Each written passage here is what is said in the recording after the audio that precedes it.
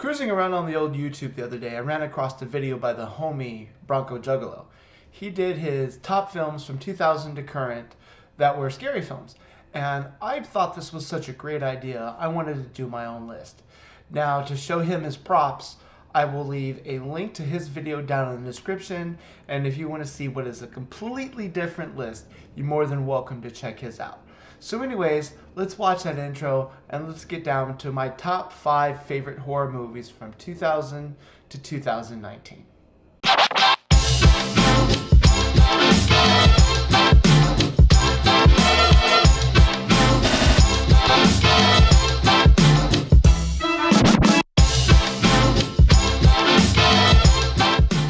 Now mind you, these films are in no particular order, and the only reason that I decided to do 5 is because I probably could have done 30, but at the end of the day, who really wants to stare at this ugly mug for 2 hours while I talk about horror movies? So I think 5 to 10 minutes is probably going to be about our limit here. The first film is The Descent. The Descent came out in 2005 and was directed by Neil Marshall. Now the film itself is about a group of women who go exploring in these caves down in North Carolina. What happens is when they get down there is they find out that these caves are filled with bloodthirsty, cannibal, mutant kind of guys. I don't know if there's really a right way to describe it. Now this film is chock full of gore, which is one of the reasons why it's on my list, because it's all practical effects and it's done just it's great. There's real scenes and real moments of tension and suspense, and the way that it's filmed is just beautiful. There's times where I caught myself in the theater going like this when they were trying to squeeze through these tiny little cracks. The ending, well, the ending is the ending. If you've seen it, you know that there's more than one, and you're kind of disappointed with both of them. However, the movie itself is A+ fantastic. If you haven't seen it, make sure you run out and find yourself a copy of The Descent. Okay, the second film we have for you today is Sinister. Sinister came out in 2012 and was directed by Scott Derrickson. It stars Ethan Hawke and Vincent D'Onofrio. Vincent D'Onofrio is one of my favorite actors, is what probably originally drew this movie to me. I mean, I would watch a Captain Sexy Pants video all the way through if it had Vincent D'Onofrio in it. The movie itself is about a true crime writer who takes up residence in a home where a series of murders had taken place. And up in the closet, he finds these reels of film that seem to actually have some of these murders actually in it. This movie turns the creep factor all the way up to 11, and I found this movie to be legitimately scary. Now, traditionally, I don't like these kinds of movies. The whole, like, jump scare, and even this one isn't as bad on that kind of stuff. You know, the ghosts, boo! The scary stuff that happens. I traditionally don't like that. So Sinister in itself kind of has all the things that I really don't like. But something about the way everything was put together in this film, it made a beautiful bouillabaisse of horror. It was really popular. I never bothered to see the sequel because I heard it was absolute trash, and I kind of don't want it to tarnish the original.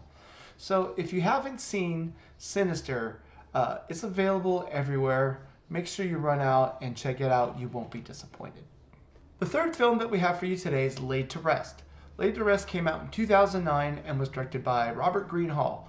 Robert Greenhall is a master special effects artist. He's worked on TV shows as well known as Firefly, Buffy the Vampire Slayer, Angel, and he did all the practical effects that you'll see in Laid to Rest. Laid to Rest is a traditional, straight-up, old-school slasher film with some new school twists in it. The movie, the main bad guy, the main villain, the main slasher, whatever you want to call him this week, is Chrome Skull. Now, to this day, it shocks me that Chrome Skull is not as popular as Jason, Freddy, or Chucky, or any of this, because I personally find him to be more terrifying than any of those. The movie is insanely brutal and gory. And so if you're not into that kind of stuff, you might want to skip this one over. There's an actual story and you actually care about the characters, which is kind of a different twist from most slasher films that you're going to see. This is an underrated gem. Now, I talk about this movie a lot because if I was going to do top 10 of my favorite movies of all time, chances are Laid to Rest is going to be somewhere up in the top 5. So please do yourself a favor, go run out and see if you can find a copy of it. Avoid the sequel like Donald Trump avoids wigs, and you will not be disappointed. Laid to Rest is a phenomenal film. Up next we have for you is Behind the Mask, The Rise of Leslie Vernon. This movie came out in 2006 and was directed by Scott Glosserman.